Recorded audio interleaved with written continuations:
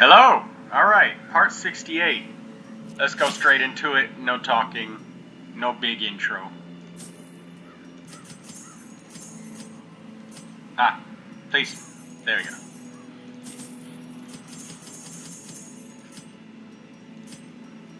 Hey! What did I... There we go.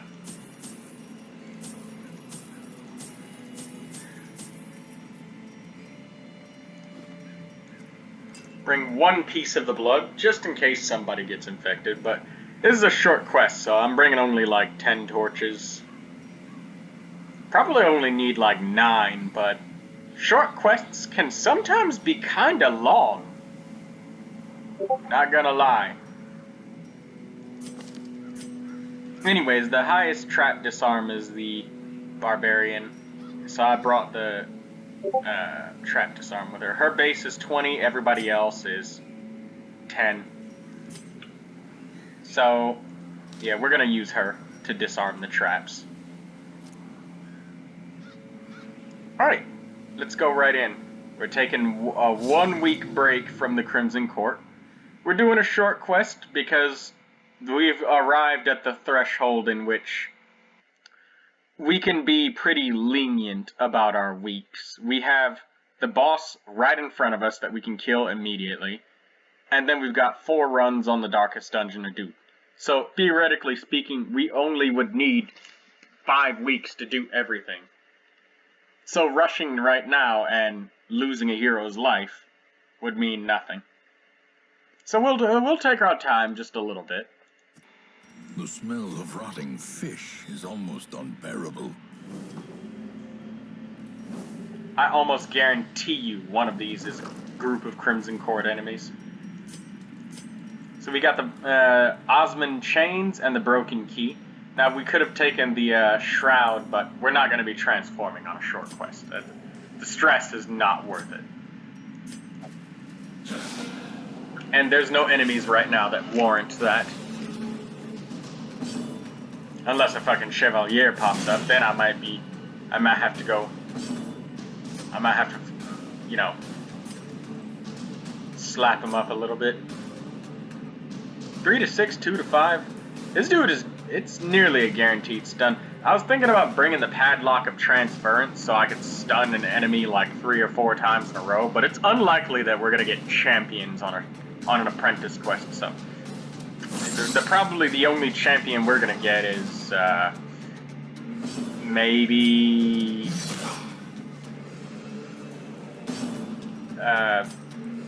the big fat brigand guy? I don't know. The guy with the whip. I forget his name. A bloodletter? Yeah, bloodletter.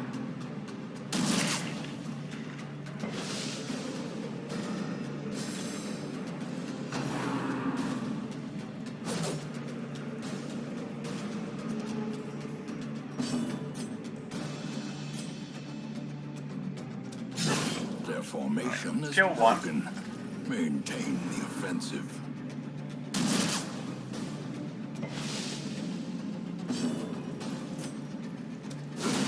As the fiend falls, 2 down. a faint hope blossoms.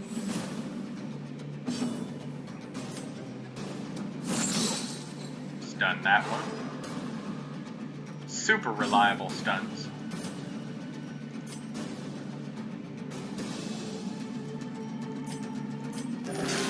Compassion is a rarity in the fevered pit That of battle. wasn't the heal that you really needed.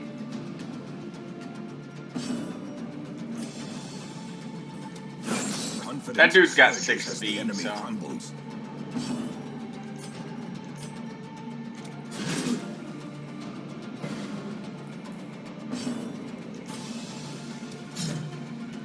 Oh no!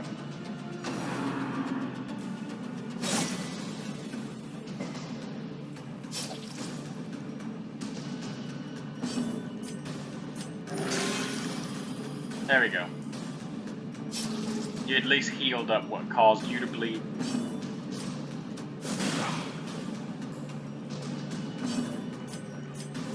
The wounds of war can be healed, but never hidden.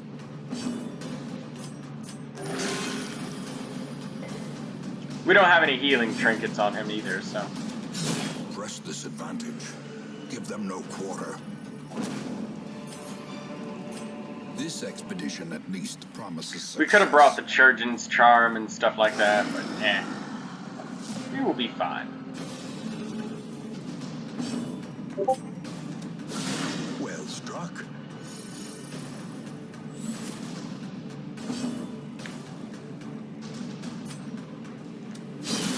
Continue the onslaught. Destroy them all. I forgot to default the party order, and ironically that actually helped me out because she can't use Breakthrough when she's at rank 1.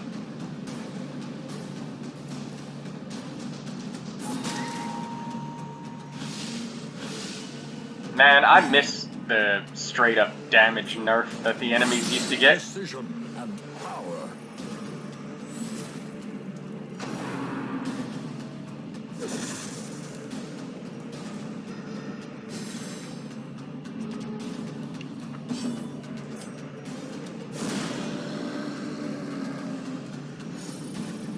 Yay, stress enemy dead.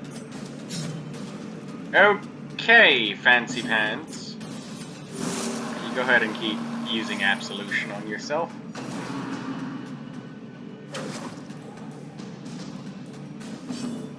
Self-heal.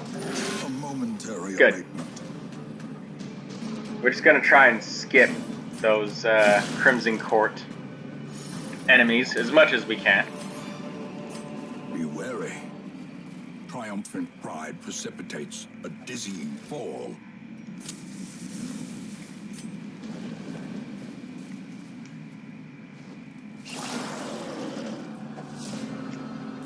Oh, we got a pelagic... Oh, hiccup. We have a pelagic hiccup. That's right, ladies and gentlemen. It's a new creature, the pelagic hiccup. Also, yay, Alistair, he responded to the other previous video, in which I told him about sour cream and onion chips, and it turns out that he loves sour cream and onion as well.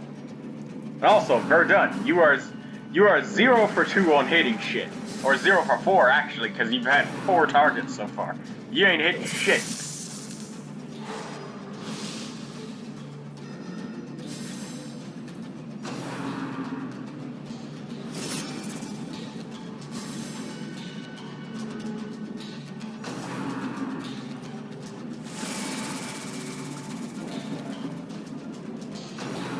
Hopefully none of the Crimson Court characters get stuck in a loop of, you know, not wanting to leave their stress relief activity. Also, god damn! Vision. The end approaches.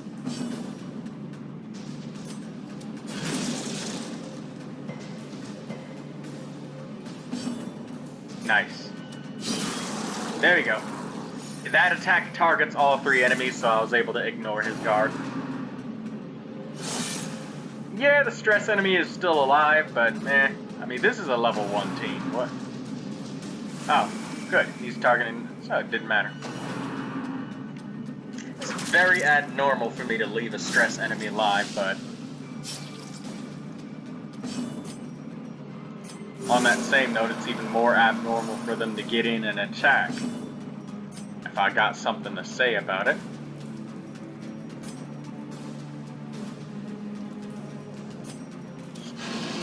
Hold on.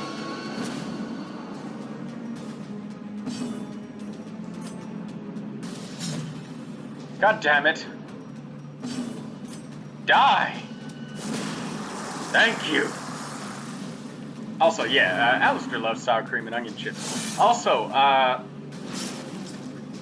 somebody else subscribed yesterday, and that was really cool. His name is MS, or her. I don't know the gender. Him or her. But they said that I helped them out with Crimson Court, and they were really struggling on that part a lot. So yeah, it's good to see that I'm getting a couple people who appreciate my videos. I never really made the videos with the intent of, like, I don't really know what I wanted to, what I intended. I just decided that I liked playing games a lot, and I just wanted to start recording, and then I did.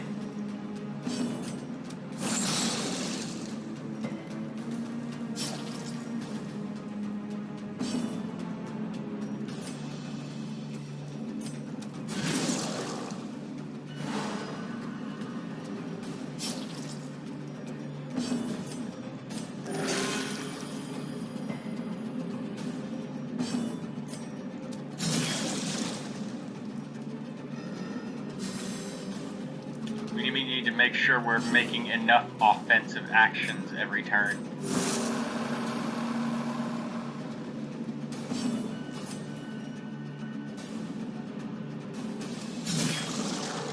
So we don't get tagged for stalling. Damn it!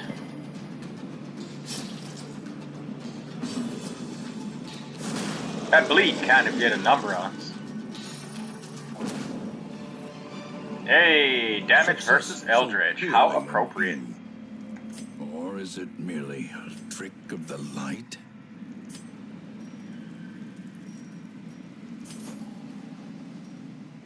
Blood-soaked pages. In Radiance, may we find victory. We'll grab these onyxes. I guess we'll exchange them for the anti-venom. There's a profit there. If we come across a brackish pool of water, well, tough tits, I guess.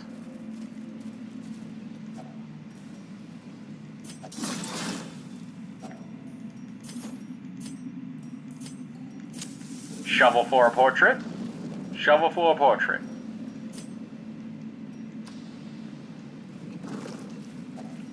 Another mariner, another misfortune. Ooh, we can remove a negative quirk.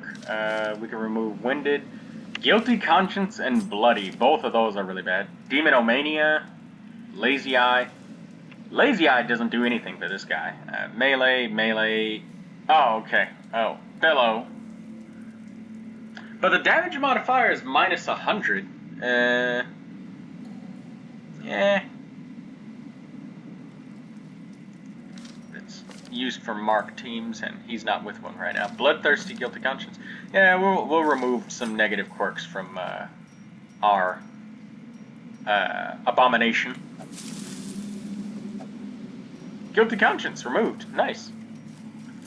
Both of those are abilities that cause you to lose control of your character. With specific curios.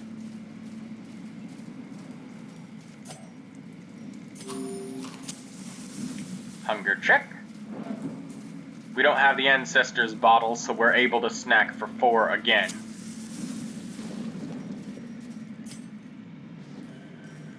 So with the Ancestors bottle, even though you can snack for 4, you need to have at least 5 in your inventory in order to eat.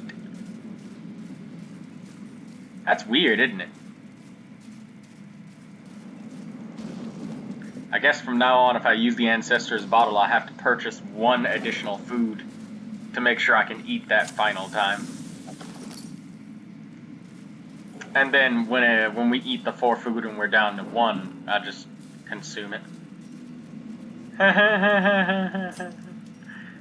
No. We're not doing that. No, I'm not listening to you guys this time. No. The answer is no. Not with a team of level 0s. No. That's not happening. Hey, I just got off the stagecoach to Cedar Point. Oh, what are you gonna do? I'm gonna fight an eldritch horror. Oh, that sounds interesting and fun. Yeah, it does. That's pretty much how it's gonna go, alright? It's not gonna end well.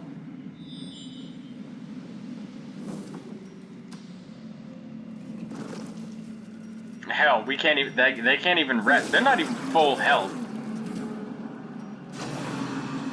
I mean, this team doesn't even really have a Vestal for healing. Yeah, the Vestal is like the go-to girl for healing. There's not much argument about it. Consumes the mind. And most counterpoints are semantics and like personal preference, but hands down, Vestal is the primary healing class of the game.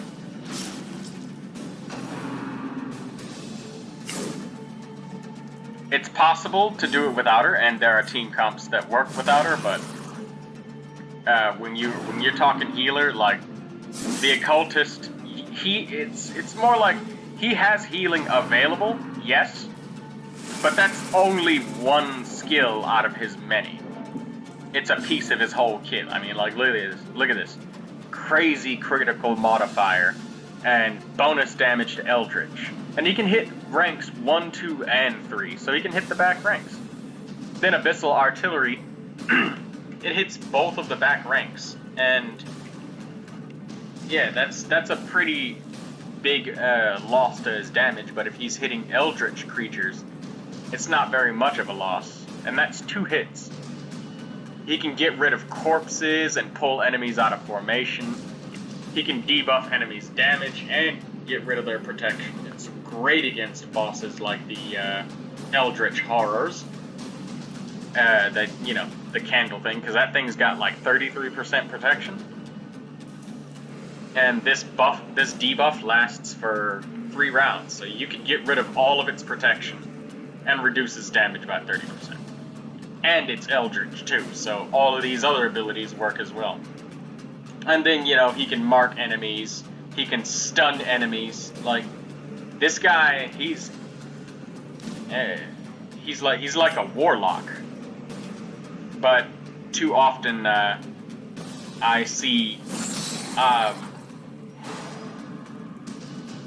newer players tend to forget about the things he has to offer as a character. The other things, because, when you're just starting out the game, it's a lot to ask to say, hey, use up your turn and don't deal any damage, just to mark this enemy. And you're just like, fuck that, it's actually much better to just smack them in the first place, even with this team full of marking characters. But then you get up to veteran dungeons and it's like, oh shit, that's a big monster. And, well, therein lies your new discovery of needing to branch out with your tactics. So yeah, and then the other thing, his heal can bleed you. Sometimes it can heal for 0, it's random. Like that, see? And if you rely solely on that, then yes, the occultist will eventually, he will heal that 0 when you need him to give you HP, but that's why you pair him up with other characters who can guard, buy you that extra time to protect a character.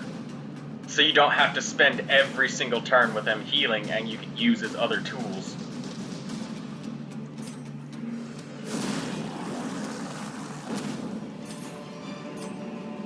As victories mount, so too will resistance. We don't really need that shovel unless it's a curio, but we need these journal pages even less. Where's the trap?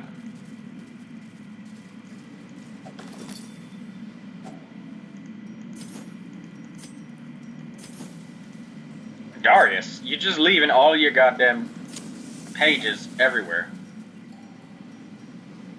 Yeah, this is why we need the ancestral map, because party compositions like this, nobody has good ability to disarm traps, and the map really makes it easier. You can even share the map between characters. So nice, so sweet, so lovely. We're going into that last room.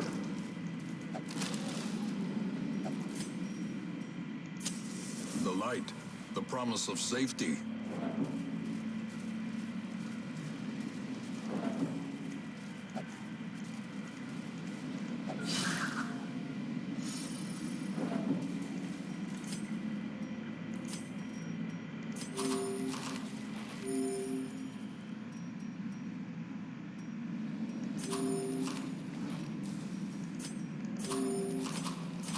I'm feeding all of that food to this guy because there's a chance that,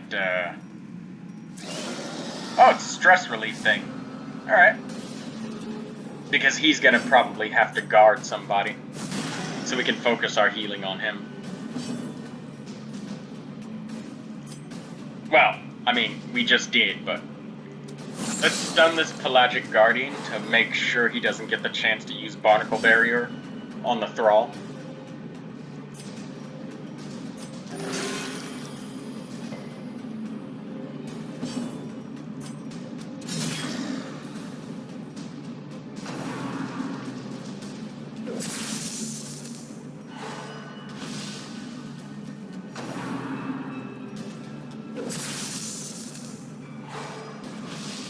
This is painful.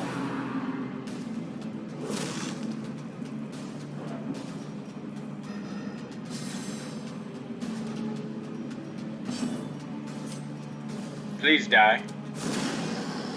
Thank God.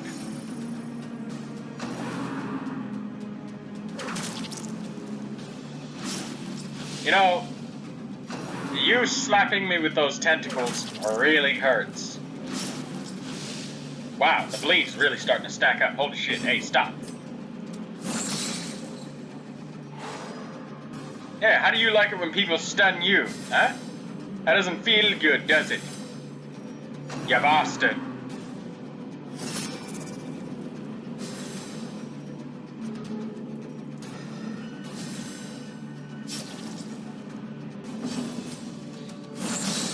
Stun.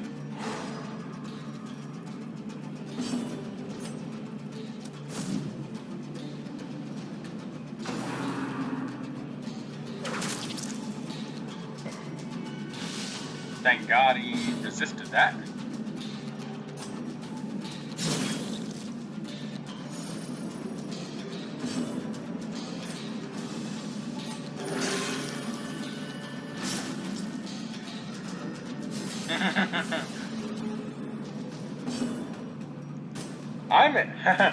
I'm in danger. I have a massive bleed on me.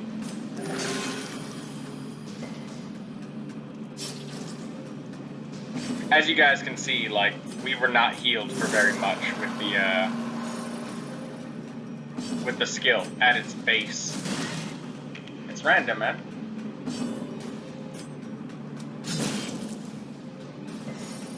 But he did do better when we were able to use his other tools to our advantage. Like this Pelagic Guardian, the perfect thing to do to this guy is to just debuff all of his damage and protection. We don't need to right now because he's not gonna kill anybody.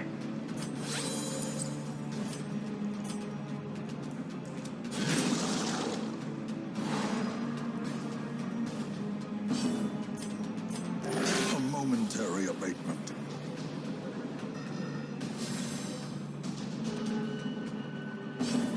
I'm not debuffing him because we just keep stunning him over and over, so. I'll do it once. Why not? Showcase it. See? Damage and protection down.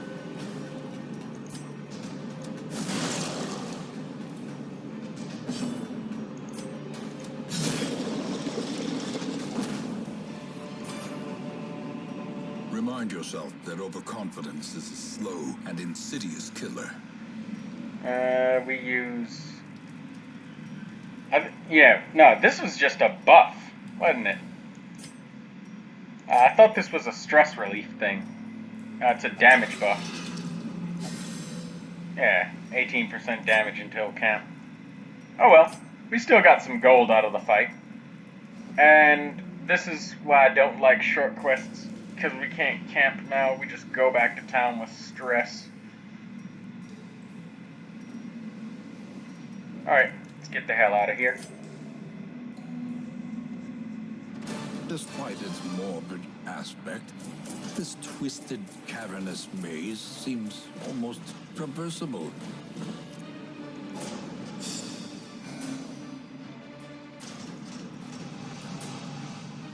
World foe, mankind hater, cold scrounger.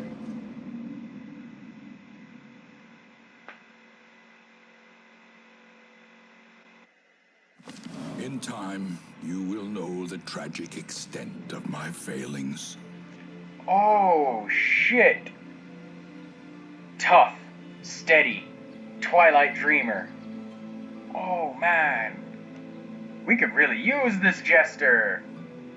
The problem is, we don't have any crystals. No. That's such a good... Here's the thing. This jester... Oh. Too bad that we can't have him. This is why you leave yourself some crystals, ladies and gents, but I'm almost to the end of the campaign. We don't have to end it. We could just keep playing, but, you know, I've killed all the bosses. I've laid down the path for everyone to follow.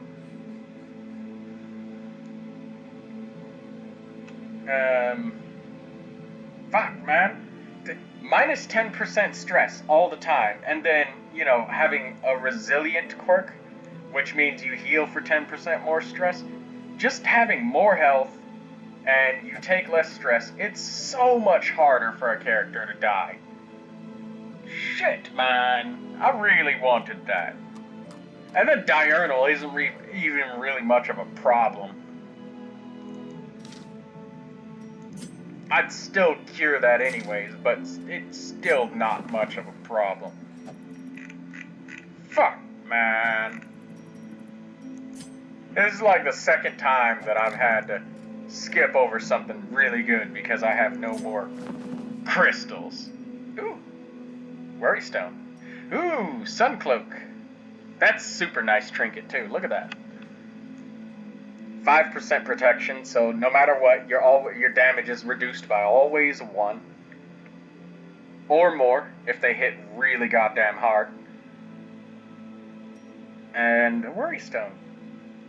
Virtue Chance, minus 10% stress, for the small price of minus 1 speed. These are really good trinkets early on.